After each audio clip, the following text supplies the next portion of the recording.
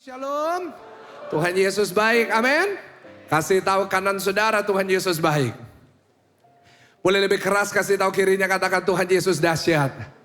Dan berapa banyak bangga punya Tuhan seperti Yesus. Bolehlah baik katakan tinggi-tinggi, kasih tepuk tangan yang paling meriah, tepuk tangan yang paling dahsyat buat Tuhan. Selamat Hari Pentakosta Bapak Ibu Saudara. Saya hari ini akan mulai khotbah ini dengan sebuah pertanyaan. Tolong bantu saya jawab. Berapa banyak percaya Tuhan Yesus sudah mencurahkan Roh Kudus buat kita? Oke, saya mau tanya pertanyaan berikutnya. Berapa banyak saudara yang percaya sampai hari ini Roh Kudus masih bekerja? Boleh angkat tangan? Oke. Satu pertanyaan lagi. Berapa banyak saudara pernah mengalami kuasa Roh Kudus dalam hidup saudara? Kok makin lama makin dikit saudara ya? Kita percaya Tuhan Yesus sudah mengirim Roh Kudus. Kita percaya sampai hari ini Roh Kudus masih bekerja. Tapi kita gak pernah ngalamin. Bapak Ibu Saudara, ini adalah sebuah keadaan yang cukup menyedihkan di akhir zaman. Di mana semestinya di akhir zaman Nabi Yoel sudah bernubuat bahwa di saat rohnya tercurah, umatnya akan mengalami kuasanya luar biasa, tapi gereja tidak pernah mengalaminya. Kalau kita baca sebuah nubuatan dari Yoel yang ditulis ribuan tahun yang lalu, dia berkata seperti ini. Kemudian pada hari itu akan terjadi bahwa aku akan mencurahkan rohku ke atas semua manusia. Bukan hanya kepada nabi, bukan hanya kepada pendeta, bukan hanya kepada orang-orang tertentu yang merupakan raja. Tetapi aku akan mencurahkan rohku ke atas semua apa Bapak Ibu? Coba tanya kanan kiri, kamu manusia enggak? Dia mencurahkan rohnya kepada semua manusia. Maka anak-anakmu laki-laki dan perempuan akan bernubuat, orang-orangmu yang tua akan mendapat mimpi, teruna-terunamu akan mendapat penglihatan-penglihatan. Ayat 29, juga kata hamba-hambamu laki-laki dan perempuan akan kucurahkan rohku pada hari-hari itu. Saudara, saya mau katakan, saya mau ingatkan, ini bukan hanya sebuah nubuatan, tapi hari ini sudah digenapi lewat hari Pentakosta. Boleh katakan amin? Rohnya sudah tercurah 2000 tahun yang lalu. Dan saya punya sebuah keyakinan, roh itu, yaitu Roh Kudus, hadir bersama dengan kita hari ini. Yang percaya kasih tepuk tangan buat Roh Kudus dulu, yang luar biasa. Sayang ya, ada orang datang ke gereja, setiap minggu antri masuk ibadah, cari parkir, setiap minggu hadir setiap pagi, mengikuti ibadah doa pagi. Tapi gak pernah ngalamin Roh Kudus. Kenapa? Karena saya rasa gereja udah terlalu nyaman. Kita udah terlalu nyaman dengan rutinitas yang ada. Kita datang, 2 lagu penyembahan, 3 lagu pujian, 1 lagu sebelum firman, khotbah disampaikan, persembahan pulang, that's it. Lalu kita pulang mungkin makan. Kita udah kehilangan kelaparan dan kehausan akan kuasa Roh Tuhan bekerja di gereja. Saya nggak ingin GSJS hanya menjadi satu gereja yang nyaman. Saya sebagai gembala rindu GSJS menjadi gereja yang mengalami kuasa Roh Kudus. Boleh katakan amin. Saya rindu gereja ini menjadi gereja di mana kita lapar dan haus akan karya Roh Kudus. Di mana mulai terjadi banyak mujizat-mujizat, terjadi banyak karunia-karunia yang dialami bukan hanya hamba-hamba Tuhan yang di atas, tapi di dalam setiap pribadi yang berjemaat di tempat ini. Karena itu kita harus kembali rindu dan haus akan Roh Kudus. Bapak Ibu, kita harus bukan hanya mengetahui informasi tentang Roh Kudus. Itu baik, itu harus. Tapi kita butuh pengalaman dengan Roh Kudus. Kita butuh mengalami dia dalam kehidupan kita. Bukan hanya hari Minggu, tapi kehidupan kita sehari-hari. Saya rindu gereja ini bukan hanya jadi tempat ibadah. Tapi saya rindu gereja GSJS Pakuwon Mall dan GSJS Online menjadi tempat di mana setiap jemaat yang masuk ke dalamnya, setiap jemaat yang beribadah di dalamnya, semuanya mengalami pengalaman dengan Roh Kudus. Boleh saya tanya, berapa banyak dari saudara yang rindu dan haus dan lapar akan pengalaman dengan Roh Kudus? Boleh angkat tangan tinggi-tinggi. Saudara yang angkat tangan, percayalah hari ini engkau akan mengalami Roh Kudus bekerja dalam hidup saudara. Yang percaya sama-sama katakan amin. Karena itu kita harus mengenali Roh Kudus lebih dalam lagi. Supaya dia bisa menyatakan karyanya dalam hidup saudara. Tadi saudara bilang saya mau ngalamin Roh Kudus. Oke, kita mau belajar sama-sama lebih dalam tentang Roh Kudus. Minggu lalu kita udah kenalan sama Roh Kudus. Roh Kudus adalah pribadi, dia bisa diajak bicara. Kita tahu bahwa Roh Kudus adalah penolong kita, dia Parakletos. Kita sudah belajar bahwa Roh Kudus ada di dalam setiap kita. Nah, hari ini kita mau belajar lebih dalam lagi tentang Roh Kudus dari sebuah kejadian yang disebut hari Pentakosta. Nah, mari kita sama-sama mau belajar. Kita buka Alkitab kita bersama-sama, Kisah Para Rasul 2 ayat 1 sampai 4. Nah, saya mau ngajar dulu nih. Kenapa kita perlu merayakan hari raya Pentakosta. Dan artinya Pentakosta itu apa? Nah, kita mau belajar sama-sama. Saya akan baca ayat 1 sampai 3, saudara baca ayat 4 sama-sama dengan saya. Ketika tiba hari Pentakosta, semua orang percaya berkumpul di satu tempat. Tiba-tiba turunlah dari langit suatu bunyi seperti tiupan angin keras yang memenuhi seluruh rumah di mana mereka duduk. Dan tampaklah kepada mereka lidah-lidah seperti nyala api yang bertebaran dan hinggap pada mereka masing-masing. 4 baca sama-sama, 1, 2, 3. Maka apa? Penuhlah mereka dengan Roh Kudus, lalu mereka mulai berkata-kata dalam bahasa-bahasa lain. Seperti yang diberikan oleh Roh itu kepada mereka untuk apa Bapak Ibu? Mengatakannya. Hari Pentakosta. Saudara, Pentakosta artinya 50. Ulangin sama-sama, Pentakosta artinya apa? Kalau saudara baca di dalam bahasa Yunani, kata Pentakosta itu artinya literally 50. Kenapa? Karena 50 hari setelah Paskah, orang Yahudi merayakan hari raya Pentakosta. Jadi kita mungkin kenalnya Pentakosta sebagai hari pencurahan Roh Kudus. Tapi bagi orang Yahudi sebelum Roh Kudus tercurah mereka udah ngerayain. Nah, ini sedikit backgroundnya dulu. Kenapa dari semua hari Tuhan memilih mengirim Roh Kudus pada hari Pentakosta, pada hari yang ke-50. Nah, untuk kita mengerti itu kita harus tahu bahwa orang Yahudi punya 3 perayaan besar waktu Paskah. Saudara, Paskah buat kita dirayakan ya 3 hari. Jumat, Sabtu, Minggu. Kita baru merayakan kemarin di SCC. Tapi bagi orang Yahudi perayaannya lebih panjang. Nah, saya mau tunjukin dulu sama saudara. Perayaan Paskah orang Yahudi itu dimulai dengan yang namanya perayaan Paskah dan Hari Raya Roti Tidak Beragi. Di mana mereka merayakan perlindungan Tuhan, keselamatan dari Tuhan, di mana ada tulah ke-10 di Mesir, anak sulung semuanya mati, tapi setiap rumah yang punya tanda darah anak domba diselamatkan. Karena itu Tuhan berkata, kamu harus merayakan Paskah itu, Passover. Di mana kamu diluputkan, kamu diberikan keselamatan karena darah anak domba. Lalu yang kedua, mereka ada yang namanya perayaan buah sulung, pemberian buah sulung. Itu 3 hari setelah Paskah. Jadi setelah 3 hari mereka menyembelih, mereka memberikan korban, mereka bersyukur bahwa darah anak domba sudah tercurah. 3 hari kemudian mereka merayakan buah sulung. Mereka mempersembahkan, kenapa? Mereka bersyukur, mereka diberi hidup yang baru. Dari perbudakan, mereka menuju ke tanah perjanjian. Lalu yang ketiga baru hari raya Pentakosta. Atau disebut Shavuot. 50 hari setelah Paskah. Jadi kalau kita hitung hari ini, tepat 50 hari setelah Paskah. Gak kerasa ya waktu Bapak Ibu. Rasanya baru kemarin saya baru jalan muter 360 itu saudara ya.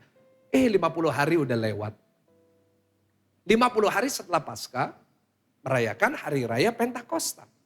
Di mana mereka bersyukur atas pemeliharaan Tuhan. Karena itu mereka lagi kumpul sama-sama. Karena itu banyak orang kumpul di situ dari berbagai tempat. Karena itu adalah hari raya mereka. Nah saudara, apa hubungannya dengan Roh Kudus? Nah coba lihat 3 hal ini. Kita juga merayakan Paskah. Kita merayakan Tuhan Yesus, darahnya yang tercurah di atas kayu salib memberikan kita keselamatan. Kita percaya oleh bilur-bilur Yesus kita disembuhkan. Kita percaya lewat darahnya dosa kita merah seperti kermisi, Tuhan ubah putih seperti. Kita kasih tepuk tangan buat salib Kristus yang luar biasa. Kita udah ngerayain Paskah. Lalu kita lihat pada hari yang ketiga setelah darah anak domba tercurah, pada hari yang ketiga dia bangkit.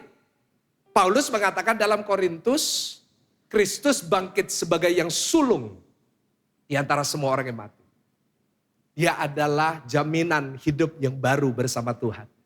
Kebangkitan Tuhan Yesus memberikan jaminan bahwa hidup kita yang sekarang ini bukan hidup untuk selamanya, tetapi ada hidup yang kekal yang dijanjikan oleh Tuhan. Ada amin? Nah, baru ada Pentakosta. Tampilin yang ketiga Pentakosta. 50 hari. Kalau orang Israel, tampilkan slide-nya, bahwa mereka merayakan pemeliharaan Tuhan. Hari ini Pentakosta, Roh Kudus dicurahkan pada hari itu. Hari ini kita bukan hanya bersyukur merayakan pemeliharaan Tuhan di masa lalu.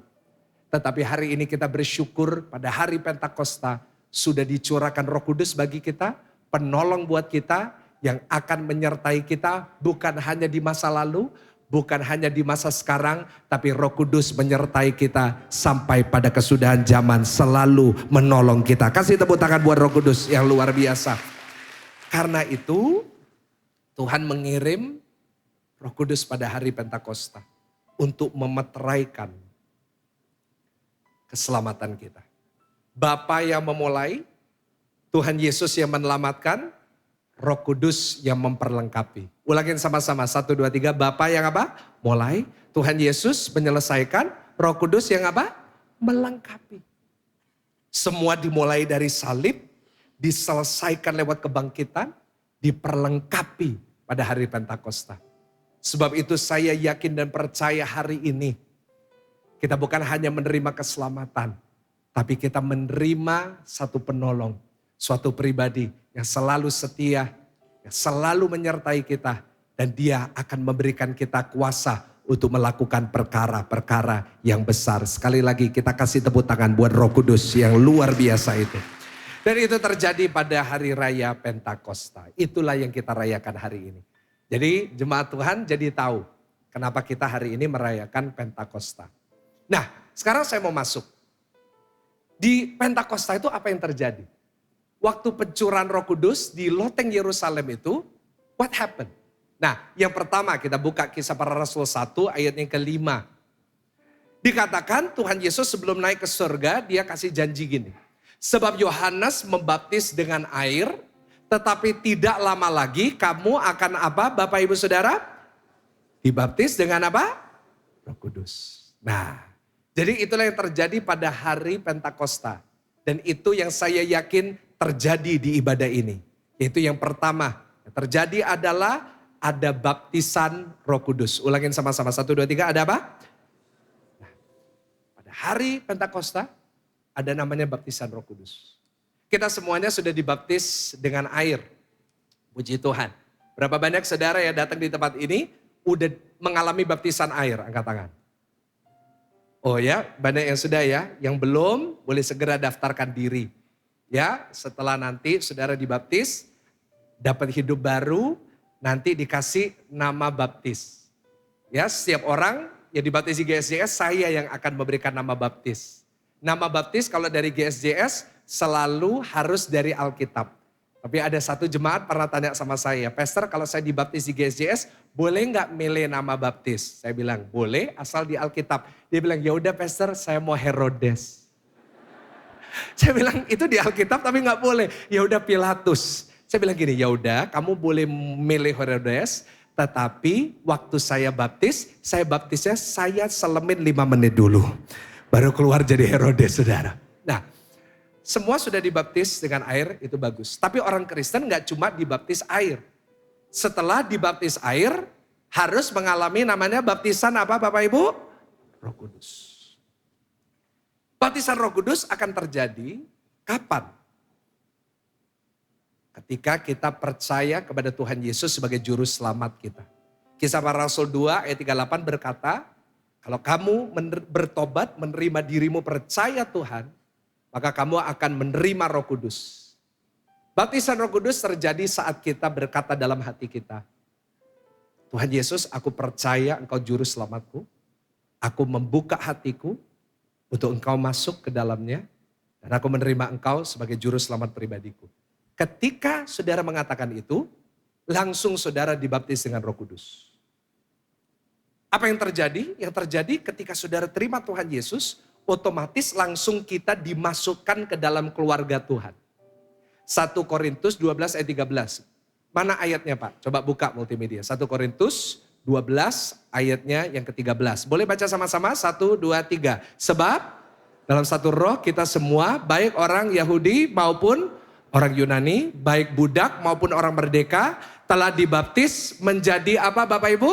Satu tubuh, dan kita semuanya diberikan minum dari satu roh. Jadi ketika kita percaya Tuhan Yesus, kita dibaptis Roh Kudus, kita otomatis hari itu kita dijadikan keluarganya Tuhan. Kita menjadi satu tubuh Kristus. Saudara, di situ ada meterai yang diberikan kepada kita. Saat kita dibaptis Roh Kudus, ada meterai atas hidup kita. Ada jaminan keselamatan. Di mana Tuhan berkata, Rohku tidak akan meninggalkan kamu. Karena itu kita orang percaya yang mengalami baptisan Roh Kudus, kita percaya kita mendapat keselamatan yang pasti di dalam Tuhan. Kita percaya kapanpun kita dipanggil Tuhan, kita pasti masuk surga. Boleh katakan amin? Itu karena Roh Kudus yang memeteraikan. Nah, gimana saya tahu kalau saya sudah dibaptis Roh Kudus atau enggak? Jadi caranya terima Tuhan Yesus. Dan akhirnya saya masuk ke dalam keluarga Tuhan, dapat jaminan keselamatan. Cara taunya gimana? Nah, saya catat gini.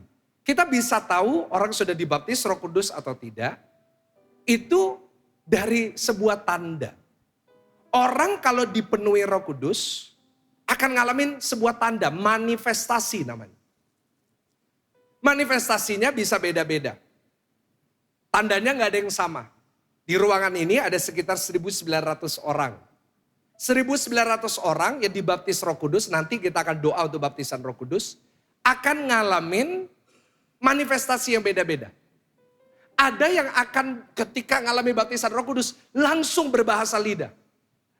Saudara, saya masih ingat beberapa bulan yang lalu saya ke Israel, saya datang di tempat di mana Pentakosta terjadi, di Loteng Yerusalem. Waktu itu saya dengan rombongan, kita di sana kita doa untuk kepenuhan Roh Kudus.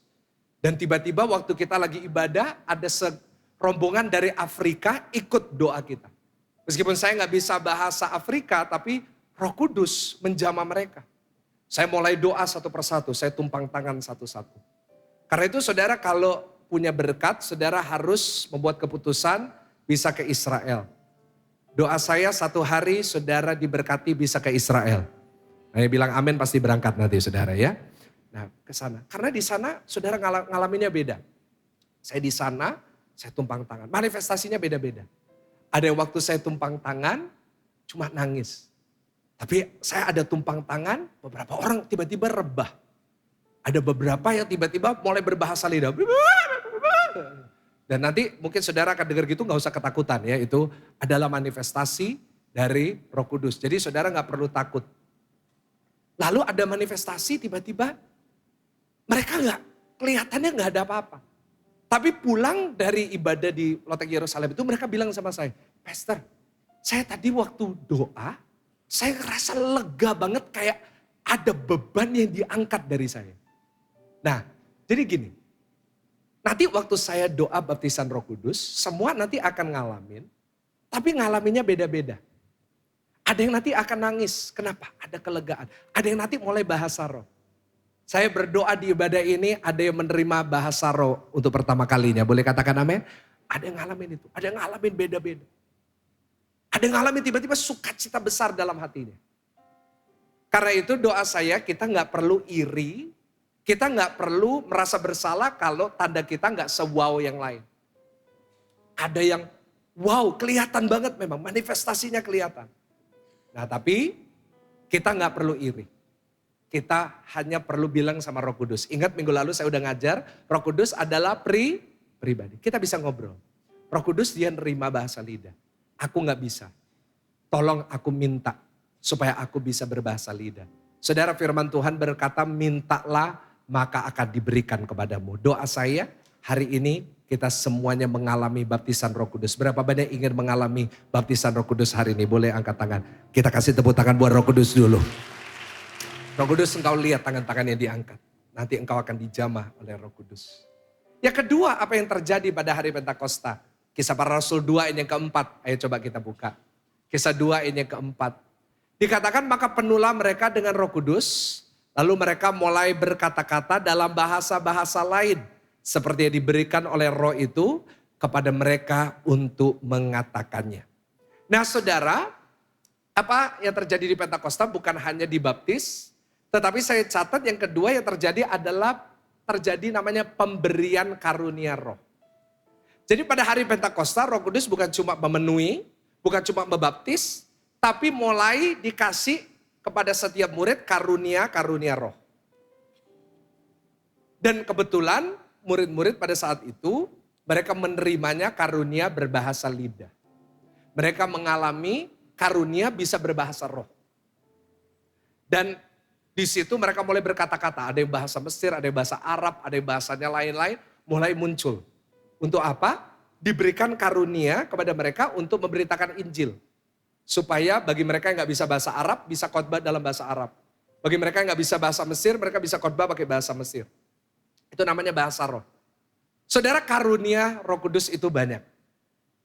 Dan saya mau garis bawahi gini ya. Ini penting sekali, semuanya harus tahu. Saya catat, bahasa roh bukan tanda satu-satunya orang dipenuhi Roh Kudus. Saya ulangi sekali lagi. Bahasa roh bukan tanda satu-satunya orang apa saudara? Ada yang ngajar. Orang kalau gak bisa bahasa roh artinya Roh Kudus belum memenuhi dia. Saudara, di dalam suratnya Paulus kepada Korintus, Paulus mengatakan gini. Kepada seseorang diberikan karunia berbahasa roh. Kepada seseorang diberikan karunia menafsirkan. Kepada seseorang diberikan karunia nubuatan. Yang harus kita tahu adalah setiap orang diberikan karunia yang berbeda-beda. Nanti minggu depan saya akan khotbah menutup seri khotbah ini. Minggu depan khotbah saya terakhir untuk bulan Juni. Saya akan tutup seri ini dengan ngajar tentang karunia roh. Semua orang itu dikasih karunia roh. Nah, tetapi kita nggak boleh jadikan bahasa roh patokan. Ada orang yang bilang, oh kalau belum bahasa roh dia belum penuh Roh Kudus. Siapa bilang? Saudara, bahasa roh adalah salah satu karunia. Karena itu di sini yang bisa bahasa roh gak perlu ngerasa sombong rohani. Wah aku bisa bahasa roh, dia gak bisa, aku lebih rohani. Enggak. Dan yang gak bisa gak usah minder. Karena saya catat gini, tanda orang dipenuhi Roh Kudus bukan dari manifestasinya. Bukan dari karunianya. Tapi tanda seseorang dipenuhi Roh Kudus adalah perubahan hidup dan buah roh. Boleh katakan amin Bapak Ibu? Kita gak boleh nilai orang penuh Roh Kudus cuma karena karunianya hebat. Tapi orang benar-benar dipenuhi Roh Kudus saat hidupnya berbuah. Karunia bisa ditiru sama iblis. Iblis juga bisa lakuin mujizat. Karena itu kita gak perlu terlalu kagum sama mujizat. Tetapi yang kita kagum adalah orang kalau dipenuhi Roh Kudus, hidupnya pasti berubah 180 derajat. Boleh katakan amin? Dan itulah yang terjadi pada hari Pentakosta yang ketiga, catat baik-baik. Yaitu ada yang namanya perubahan hidup. Dibaptis Roh Kudus, dikasih karunia roh, lalu dimeteraikan dengan apa? Hidupnya pasti berubah. Kasih tahu kanan kiri, berubah.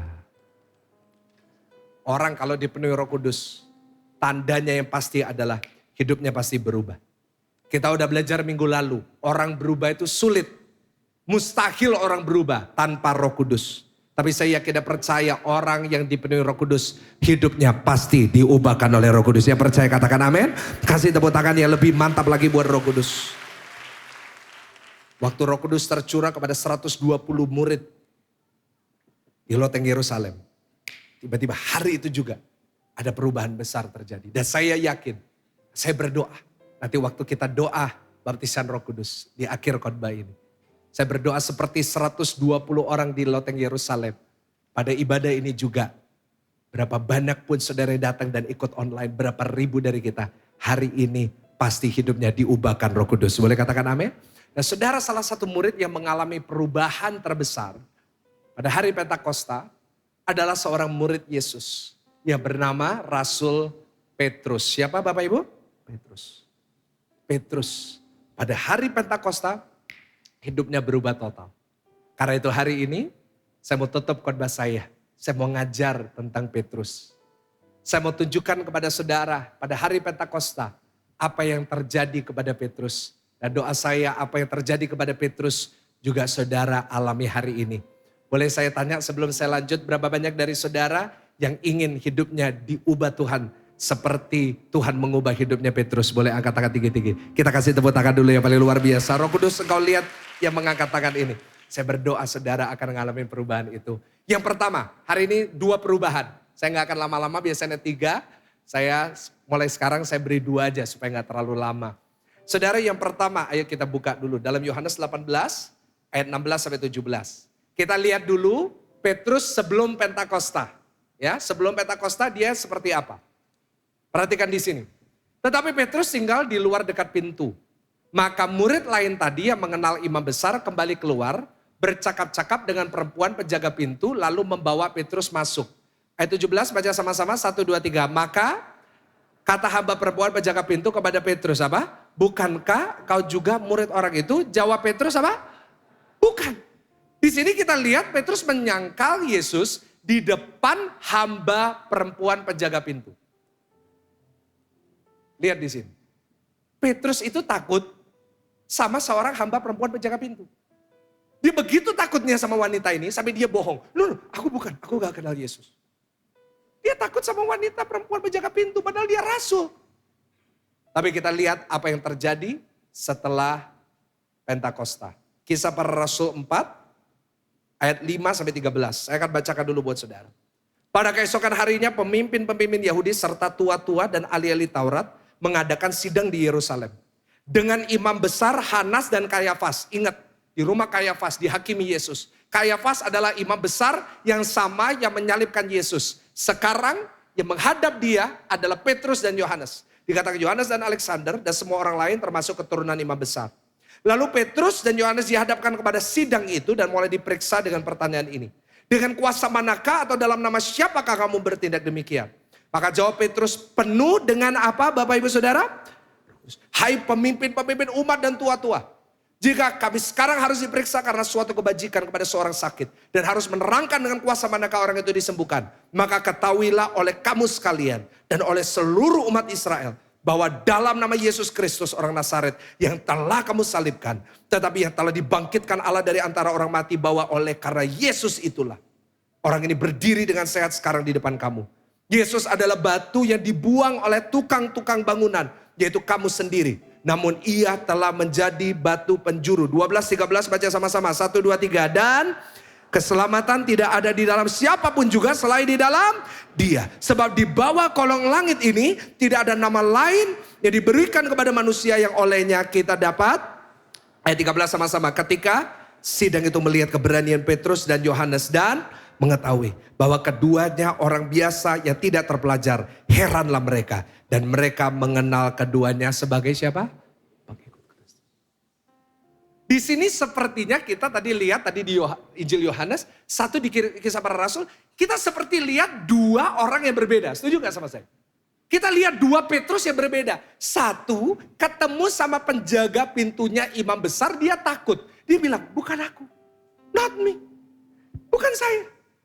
Tapi tiba-tiba di dalam Kisah Para Rasul kita lihat orang yang sama berdiri di depan imam besarnya. Dia berkata, kamu yang telah membuang batu itu. Dan batu itu telah menjadi batu penjuru. Bahkan dia mengajarkan satu kalimat yang akhirnya menjadi satu dasar gereja sampai hari ini. Di bawah kolong langit ini tidak ada nama lain yang sanggup menyelamatkan kita selain di dalam nama itu. Yaitu nama siapa Bapak Ibu?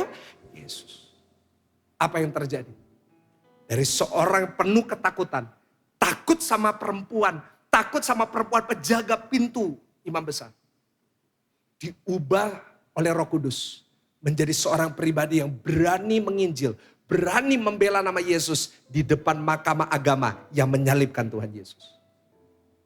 Saudara, sebelum pencurahan Roh Kudus, hidup Petrus selalu bergumul dengan ketakutan. Itu yang saya catat. Berapa kali kita lihat Petrus ketakutan. Bukan hanya ketika dia harus menyangkal Yesus. Tetapi kita lihat Petrus takut. Bahkan ketika dia berjalan di atas air. Dia tenggelam bukan karena badai. Tapi karena ketakutan. Dia takut. Gimana kalau aku tenggelam? Gimana kalau aku mati? Petrus selalu dikuasai oleh ketakutan. Sebelum Roh Kudus. Tapi coba lihat. Begitu penuh dengan Roh Kudus. Begitu dibaptis Roh Kudus. Dari seorang penakut, dari seorang yang hidupnya selalu ngalamin ketakutan. Tiba-tiba jadi penuh dengan keberanian. Bapak Ibu, saya yakin dan percaya. Orang yang hidupnya penuh dengan Roh Kudus. Hidupnya tidak dikuasai ketakutan. Tetapi penuh dengan iman. Dan dia mulai menjadi seorang pemberani. Percaya boleh katakan amin. Boleh kasih tepuk tangan lebih mantap dari itu Bapak Ibu Saudara. Catat baik-baik yang pertama. Apa yang bisa kita pelajari dari Rasul Petrus dan perubahannya dari Roh Kudus? Catat. Perubahan yang dialami oleh Petrus adalah dia dari ketakutan menjadi keberanian. Ulangin sama-sama 1, 2, 3. Dari apa? Ketakutan. Menjadi apa? Coba senggol kanan kiri. Jangan takut. Murid-murid begitu penuh Roh Kudus dikasih keberanian. Sama-sama tepuk dada saudara, katakan saya harus berani. Kisah Para Rasul 4 ayat 31. Mana buktinya Pak orang kalau penuh Roh Kudus bisa berani?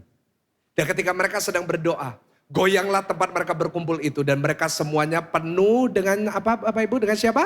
Roh Kudus. Lalu mereka memberitakan firman Allah dengan apa? Mereka dulu takut ngunci dirinya. Tetapi sekarang bisa khotbah dengan berani. Lihat. Orang yang penuh Roh Kudus, hidupnya pasti berani. Kenapa Roh Kudus memberikan keberanian? Karena Tuhan Yesus itu orangnya berani. Dan Roh Kudus, salah satu hal yang dia menolong kita adalah dia menjadikan kita seperti Tuhan Yesus. Karena itu ketika orang-orang ini lihat murid-murid, di ayat 13 tadi kita baca, mereka kenali mereka sebagai murid Kristus. Kenapa? Ini jadi mirip sama Tuhan Yesus. Gak ada takutnya. Saudara, hari-hari ini banyak orang lagi ketakutan. Kenapa? Karena ekonomi tentunya. Saya ngobrol dengan banyak pengusaha-pengusaha. Dari pengusaha yang hanya punya sebuah toko. Sampai kepada pengusaha yang punya banyak perusahaan. Semuanya bicara tentang ekonomi. Pak, resesi. Pak, masa sulit akan datang. Pak, sekarang ini terjadi masalah ekonomi. PHK terjadi di mana-mana. Orang cari kerja gak nemu. Ekonomi lesu. Dan ini akan lebih parah lagi dalam beberapa hari ke depan. Beberapa bulan yang akan datang. Beberapa tahun yang akan datang. Hari ini mungkin saudara takut bukan hanya karena ekonomi. Tapi karena kesehatan saudara. Kau takut mati karena engkau sakit. Kena kanker. Kena jantung. Kau kena stroke. Kau takut akan begitu banyak hal yang bisa menimpa tubuhmu. Mungkin hari ini engkau takut akan masa depanmu. Mungkin engkau takut bagaimana hidupmu 10 tahun yang akan datang. Hari-hari ini begitu banyak orang ketakutan. Tetapi di tengah dunia yang penuh dengan ketakutan, Roh Kudus memenuhi umatnya dan berkata, engkau gak perlu takut sebab roh di dalammu lebih besar daripada semua yang kau akan hadapi. Boleh katakan amin Bapak Ibu Saudara. Orang yang punya Roh Kudus gak akan takut. Saya katakan gini. Orang kalau punya Roh Kudus, hidupnya masih dikuasai ketakutan. Menurut saya rugi besar. Kasih tahu kanan kiri, rugi kamu. Rugi. Kenapa? Karena orang yang ketakutan, hidupnya pasti kacau balau. Apa cirinya orang yang hidupnya penuh dengan ketakutan? Yang pertama, selalu memikirkan kemungkinan yang negatif. Hidupnya selalu negatif. Dia nerima berkat pun, dia bicara yang negatif. Yang kedua, selalu berasumsi yang terburuk. Selalu memikirkan the worst case scenario. Pak, kalau saya mulai ini gimana? Pak, kalau saya menikah gimana kalau saya gak bahagia? Pak, kalau saya sakit ini gimana kalau saya mati dan gak sembuh? Selalu mikirin yang negatif. Dan yang ketiga, selalu tidak bisa memberi solusi. Orang kalau hidupnya dikuasai ketakutan, dia gak akan pernah bisa kasih solusi.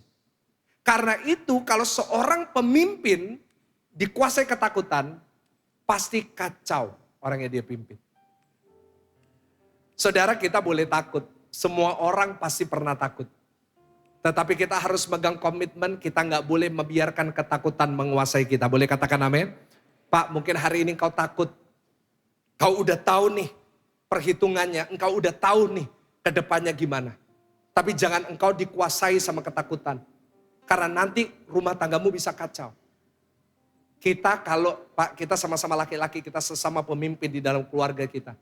Kalau kita lagi takut, nggak perlu banyak cerita sama orang. Kita bisa cerita sama Roh Kudus. Boleh katakan amin? Karena Pak, kita kalau pemimpinnya takut, apalagi di bawahnya. Saudara, kalau pemimpinnya udah mau menyerah, apalagi di bawahnya. Karena itu, waktu pandemi, saya nggak pernah cerita masalah saya. Padahal saya juga punya masalah. Karena kalau tiba-tiba saya datang sama jemaat, saya konseling sama jemaat nangis. Saya udah gak kuat, jemaatnya pasti bunuh diri Bapak Ibu Saudara.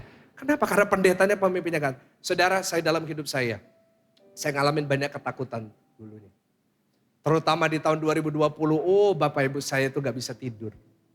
Setiap hari susah tidur, kenapa? Mikirin gimana ini gereja, gimana ini saya harus menanggung hidupnya begitu banyak orang. Gimana, wah saya pemikiran, tapi saya gak pernah cerita. Tapi dulu saya, penuh dengan ketakutan. Insomnia saya dulu. Di sini ada insomnia, susah tidur. Ya, saya dulu susah tidur. Orang Kristen banyak susah tidur sekarang ya. Padahal mestinya orang Kristen itu gak susah tidur. Justru orang Kristen itu orang yang paling gampang tidur. Setuju gak sama saya? Buktinya apa? Di gereja dengar khotbah? Pengalaman pribadi itu? Ada tidur. Jadi mestinya gampang. Jadi orang kalau gak bisa tidur tinggal dengerin. Nah berdosa saudara ini gak boleh gitu. Saya udah bilang jangan dong. Dulu saya gak bisa tidur karena mikirin masalah. Dan akhirnya orang kalau penuh ketakutan, kesehatannya juga menurun. Tapi orang yang hidupnya berani, dia mimpinya baik. Setiap kali saya ditanya sama orang-orang, Pastor gimana ini? Saya bilang aman. Pasti bisa. Akhirnya apa? Kita bisa nguatin orang lain. Ibu-ibu, hidup jangan dikuasai ketakutan. Biasanya kalau ibu-ibu udah takut, ngelampiaskannya ke siapa? Suami, benar. Saya lihat banyak hari Minggu itu, saya lihat muka-muka suami itu kasihan-kasihan semua. Sepanjang minggu udah dilampiasin sama istrinya terus. Istrinya kadang-kadang bukan istri mau marah. Tapi kadang-kadang istrinya ngelampiasin kekhawatiran, ketakutannya sama suaminya. Kamu di mana? Bu, mulai hari ini gak usah dikuasai ketakutan. Kasih semangat ke suaminya. Pak, masa-masa boleh susah. Tetapi kamu pasti berhasil dalam semua yang kamu lakukan. Kita kuatin. Anak-anak muda kau gak usah dikuasai ketakutan tentang masa depan. Memang bagi anak muda sekarang, masa depan kelihatannya mengerikan. Gimana mau beli rumah, Pastor? Harga rumah sebesar itu, harga rumah semahal itu, gimana saya mau beli mobil gimana, ini susah banget cari kerjaan, gaji gak naik-naik, begitu banyak. Saya tahu anak-anak muda, saat engkau lihat masa depan kelihatannya ke depan akan makin sulit. Tetapi saya mau katakan kepada anak-anak muda, kau gak usah takut akan masa depan. Masa depanmu sudah diatur Tuhan. Dia berjanji masa depanmu penuh harapan dan damai sejahtera. Boleh katakan amin? Yang gak bisa punya rumah, berdoa sama Tuhan. Minta hikmat dari Tuhan. Ingat penghiburan kita adalah kalau rumah di surga disediakan, apalagi rumah di dunia. Doa, kerja keras, cinta Tuhan. Pasti nanti Tuhan punya cara untuk memberkati yang muda-muda di sini. Saya yakin yang muda-muda di GSJS, Tuhan akan angkat, Tuhan akan pakai secara luar biasa. Dan Tuhan akan memberkati dengan berlimpah-limpah. Boleh katakan amin? Kok yang tepuk tangan cuma satu orang? Ya kan? Itu buat anak-anak muda, itu doa saya selalu buat yang muda-muda. Gak usah dikuasai ketakutan. Rugi. Karena ketakutan itu gak menyelesaikan masalah. Ketakutan gak merubah masalah. Ketakutan gak merubah jumlah yang ada di cicilan kita. Kecuali kalau kita takut nolnya berkurang 1. Maka takutlah dan pulanglah. Tapi enggak. Kita takut enggak takut juga sama aja. Saya catat gini, jangan biarkan ketakutan menjadi penghalang mujizat terjadi dalam hidup kita. Petrus mestinya bisa komplit mujizatnya. Tapi karena takut dia tenggelam. Sedih ya? Karena itu senjata iblis utama hari-hari ini adalah ketakutan. Dia pakai namanya ketakutan, dia menabur roh ketakutan untuk menghambat rencana Tuhan terjadi dalam hidup kita. Kita jadi takut maju, kita jadi takut untuk menikah, kita jadi takut untuk mulai usaha yang baru, kita jadi takut untuk mencoba hal yang baru. Padahal Tuhan gak pernah kasih itu. 2 Timotius 1 ayat 7 berkata demikian. Coba boleh kita baca sama-sama dengan suara keras. 1, 2, 3. Sebab Allah memberikan kepada kita bukan apa? Roh ketakutan, melainkan roh yang membangkitkan kekuatan, kasih dan apa? Ketertiban.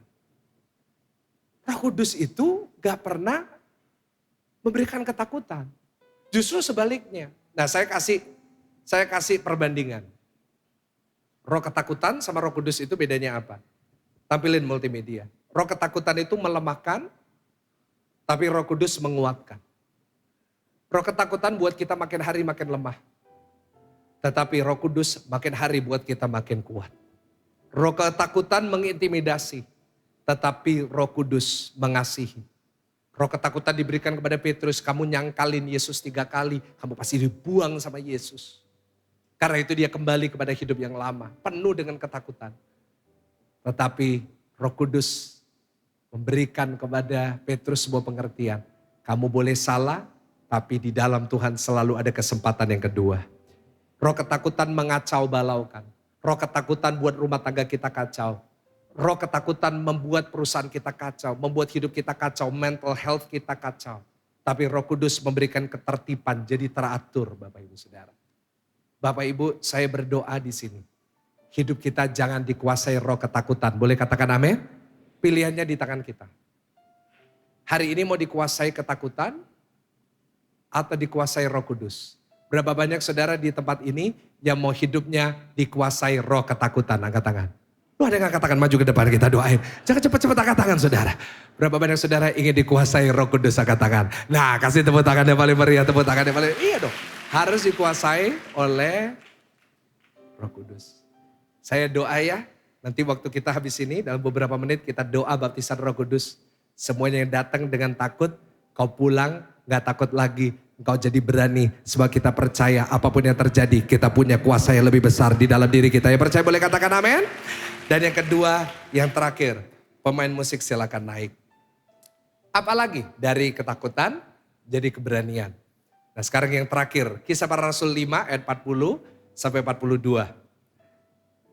Kita akan baca sama-sama dengan suara yang keras. Saya akan baca ayat, kita sampai 41 aja. 2 ayat terakhir ini kita mau baca bersama-sama. 1, 2, 3. Mereka memanggil rasul-rasul itu lalu apa? Menyesal mereka dan melarang mereka mengajar dalam nama Yesus. Sesudah itu mereka apa saudara?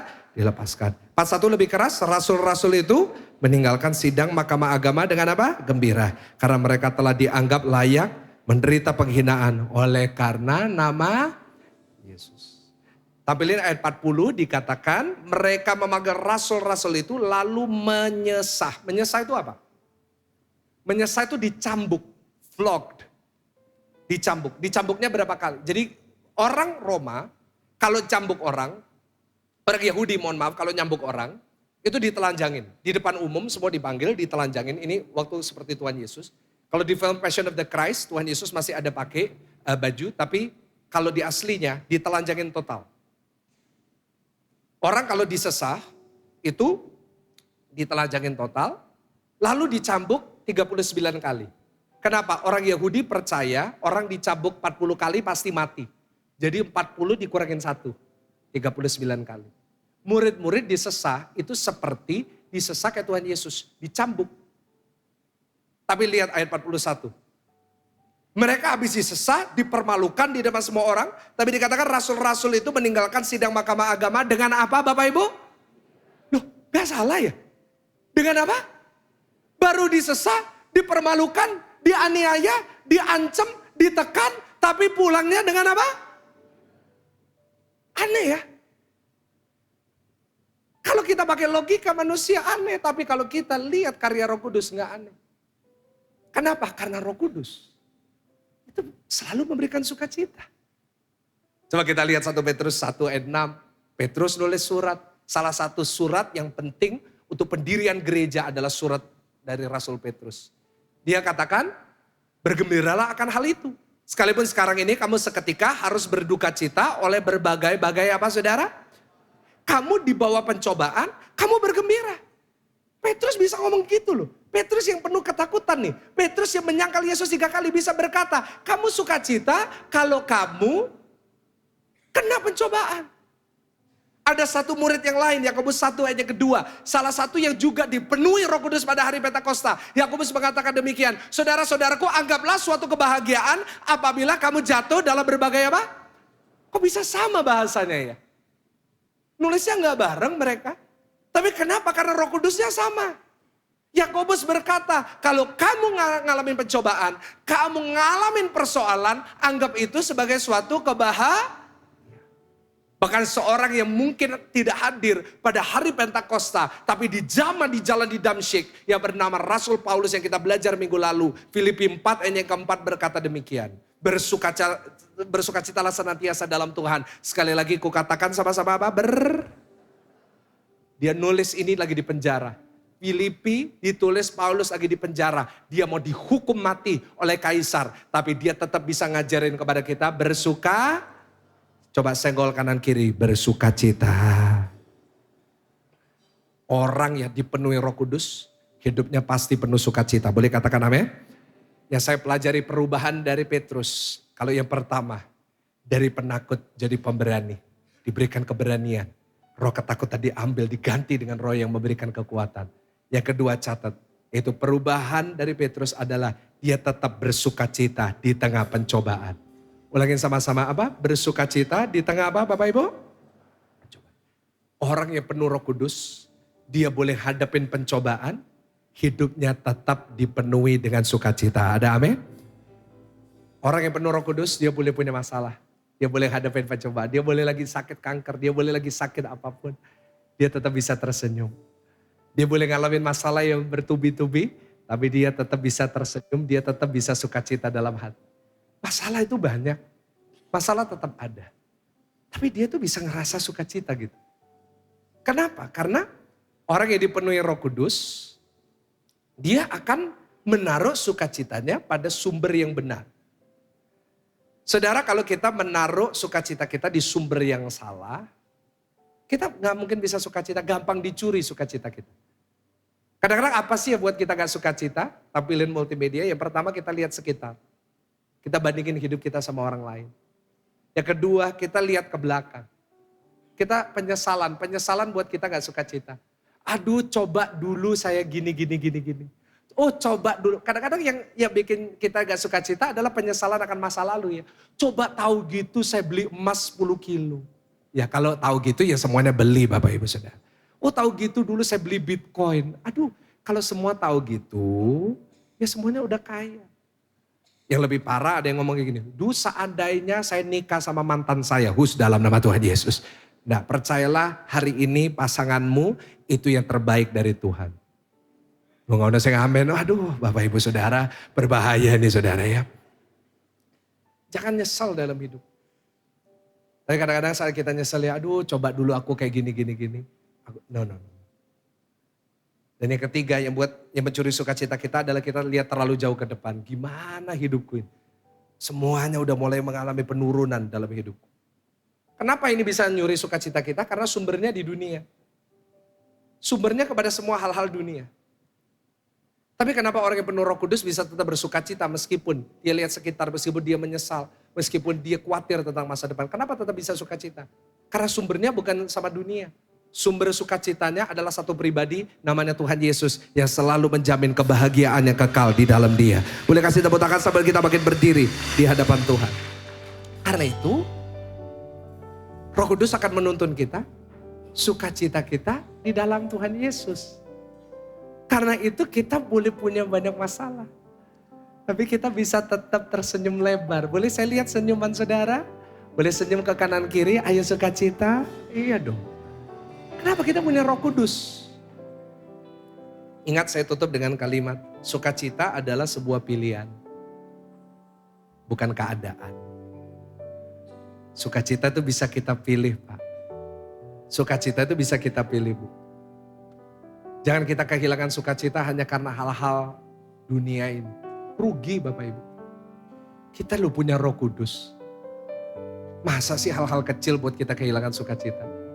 Saya tuh percaya dimanapun orang Kristen berada, dia bisa tetap tersenyum. Dia boleh divonis sakit sama dokter, dia bisa tetap tersenyum dan berkata, aku punya Tuhan Yesus yang sanggup menyembuhkan aku.